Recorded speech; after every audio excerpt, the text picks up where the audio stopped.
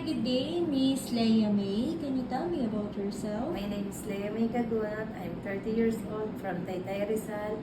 I have 4 children, 3 boys and 1 girl. Alright, Thank you. What is your marital status? I'm a single, How many siblings do you have? 1 sister, and I'm only young.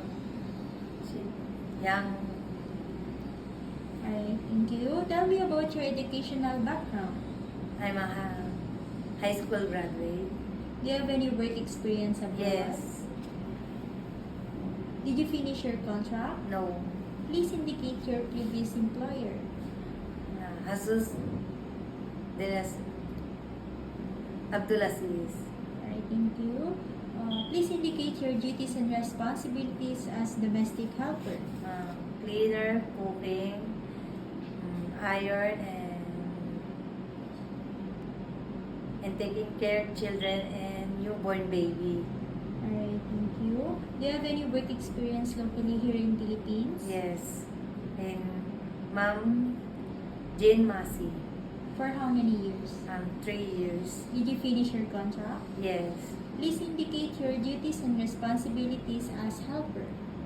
Cook, clean, iron, and wash the clothes. Alright, thank you. Aside from that, do you have any work experience? Yes, in canteen. Since 2024 and 2025 this year. Alright, thank you. How would you describe yourself? I'm honest and I'm hardworking in person. Do you have any tattoo? Yes, I'm in back but not visible. Did you undergo to any kind of surgery? Yes, I'm CS since 4 years ago Why do you want to work abroad? because I'm help my mother and my children because my salary is not enough.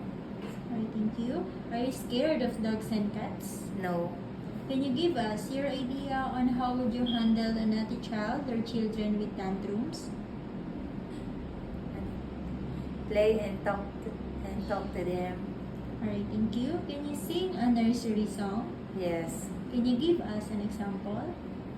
Head, shoulder, listen toes, head, shoulder, listen toes, and eyes, in, ears, and mouth, and nose.